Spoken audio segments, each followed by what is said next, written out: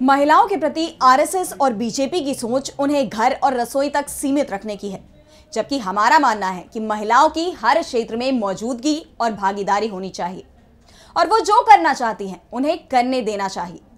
कांग्रेस सांसद और नेता प्रतिपक्ष राहुल गांधी ने यह बयान अमेरिका में दिया, लेकिन इसकी गूंज भारत में सुनाई दे रही है।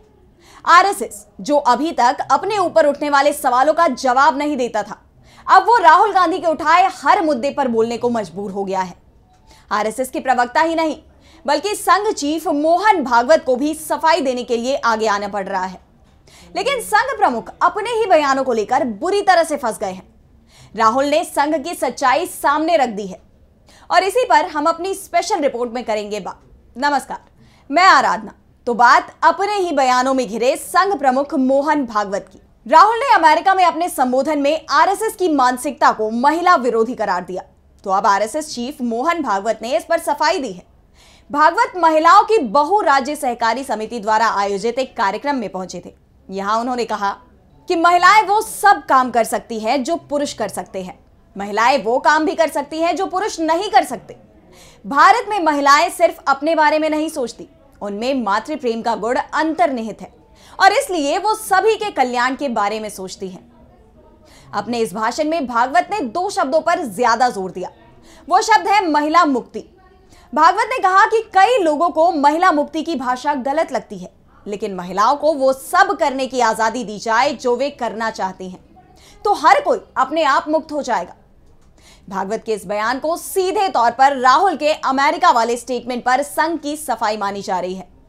लेकिन सवाल ये उठ रहा है कि संघ प्रमुख जो कुछ कह रहे हैं, क्या संघ की नीति भी वही है, या फिर संघ पर राहुल ने जो आरोप लगाए हैं उनसे बचने की कोशिश मोहन भागवत करते दिखाई दे रहे हैं।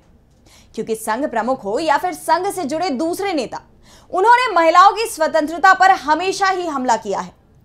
अपनी महिला विरोधी सोच को सार्वजनिक रूप से जाहिर भी किया है। मोहन भागवत ने ही 6 जनवरी 2013 को इंदौर में कहा था कि पति की देखभाल के लिए पत्नी एक करार से बंधी होती है। यदि पत्नी इसका उल्लंघन करती है तो पति उसे त्याग सकता है। करार में पति का पत्नी से यह कहना होता है कि तुम्हें मेरे घर की देखभाल करनी है और मैं तुम्हारी सभी जरूरतों का ध्यान रखूंगा। जब तक पत्नी करार का पालन करती है, पति उसके साथ रहता है। भागवत के इस बयान पर तब काफी बवाल मचा था। तमाम नेताओं ने भागवत के इस बयान को महिला विरोधी करार देकर संघ और उसकी महिलाओं को लेकर सोच की कड़ी आलोचना की थी।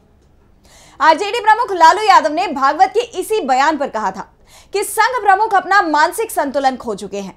वो भारतीय संस्कृति का पाठ पढ़ाने का केवल ढोंग करते हैं।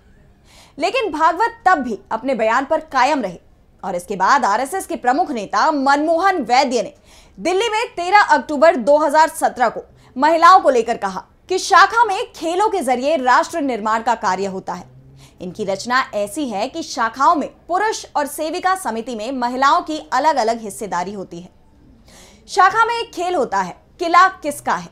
यह खेल लगभग हर दिन होता है, जिसे खेलते हुए काफी जोर आजमाइश की जाती है। यह महिला और पुरुष की मिलीजुली शाखा में खेला जाना मुमकिन नहीं है, क्योंकि महिलाएं और पुरुष एक साथ कठिन खेल नहीं खेल सकते। यानी 2017 में संघ का कहना था कि महिला और पुरुष एक साथ शाखा में नहीं जा सकते, क्योंकि वहां खेले जाने वाले खेल कठिन होते हैं जिसे महिलाएं नहीं खेल सकती। और अब संघ प्रमुख का कहना है कि महिलाएं वो भी कर सकती हैं जो पुरुष नहीं कर सकते हैं। ऐसे में सवाल यह उठता है कि महिलाओं को लेकर संघ की सोच में आए इस बदलाव की असली वजह क्या है। देखा जाए तो इसका सीधा जवाब है संघ और बीजेपी के अंदर बढ़ता राहुल गांधी का डर, राहुल गांधी की बढ़ती लोकप्रियता, राहुल गांधी की बढ़ती जन स्वीकार्यता। क्योंकि संघ प्रमुख मोहन भागवत इस बात को बखूबी जानते हैं कि अब राहुल गांधी को देश ही नहीं बल्कि विदेश में भी सुना जा रहा है। हाल ही में भागवत ने बीजेपी अध्यक्ष जेपी नड्डा को नसीहत भी दी थी कि राहुल के उठाए जा रहे तमाम मुद्दों पर ध्यान दें, क्योंकि राहुल गांधी को देश की जनता सुन रही है। वो जो मुद्दे उठा रहे हैं वो जनता के मुद्दे हैं। अगर राहुल गांधी को जवाब नहीं दिया तो उनके नेतृत्व में इंडिया गठबंधन बीजेपी से एक के बाद एक राज्य छीन लेगा और बीजेपी का अस्तित्व ही समाप्त हो सकता है। संघ ने जेपी नड्डा को जो चेतावनी दी थी, जो डर दिखाया था, हकीकत में संघ खुद ही राहुल गांधी से अब डरा हुआ दिखाई दे रहा है। इसलिए जैसे ही राहुल गांधी ने संघ को महिला विरोधी बताया, वैसे ही आरएसएस चीफ खुद सामने आए, अपने ही पुराने बयानों से यू टर्न ले लिया और सफाई दी कि संघ तो महिलाओं के सम्मान में खड़ा है। यानी महिलाओं के मामले में आरएसएस अब पूरी तरह से यू टर्न लेने को तैयार दिखाई दे रहा है। वैसे राहुल गांधी के बयान पर आरएसएस का यह पहला यू टर्न नहीं है। इससे पहले जब राहुल गांधी ने जाति जनगणना का मुद्दा उठाया था तो पहले संघ इसके खिलाफ था, लेकिन जब राहुल गांधी के उठाए मुद्दे पर जनता की प्रतिक्रिया संघ ने जानी तो उसकी जमीन खिसक गई और संघ भी राहुल गांधी के साथ हो लिया। संघ के प्रवक्ता सुनील आंबेकर ने कहा कि हमारे हिंदू समाज में जाति बहुत संवेदनशील मुद्दा है। जनगणना हमारी राष्ट्रीय एकता और सुरक्षा के लिए अहम है। इसे बहुत गंभीरता के साथ किया जाना चाहिए। किसी जाति या समुदाय की भलाई के लिए सरकार को आंकड़ों की जरूरत होती है। जाति आधारित जनगणना लोगों के कल्याण के लिए सही है, ऐसा पहले भी हो चुका है, लेकिन इसे सिर्फ समाज की भलाई के लिए किया जाना चाहिए। इसे चुनावों का पॉलिटिकल टूल ना बनाएं। दरअसल जाति जनगणना का मामला बीजेपी के गले की फांस बना हुआ था। संघ जाति जनगणना को हिंदू धर्म के अंदर बड़ी फूट का कारण मान रहा था। आरएसएस की तरफ से शुरुआत से ही जाति जनगणना का विरोध किया जा रहा था और इसी के चलते बीजेपी भी जाति जनगणना के लिए तैयार नहीं थी। लोकसभा में मोदी सरकार की तरफ से साफ कह दिया गया था कि इस बार 2024 में जनगणना कराई जाएगी, लेकिन जनगणना में जाति का कॉलम नहीं होगा, यानी जाति जनगणना नहीं होगी।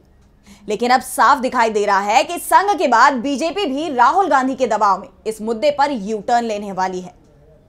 वैसे जिस तरह से राहुल गांधी के बयान पर संघ रिएक्ट कर रहा है, उससे साफ है कि वो डरा हुआ है। अब संघ भी राहुल गांधी की जुबान बोलता हुआ दिख रहा है और ऐसा करके वो अपनी इमेज को रिपेयर करने की भी कोशिश कर रहा है, क्योंकि संघ को इस बात का एहसास हो चुका है कि राहुल गांधी को इग्नोर नहीं किया जा सकता और राहुल के विपरीत जाना भी संघ के लिए घाटे का सौदा होगा।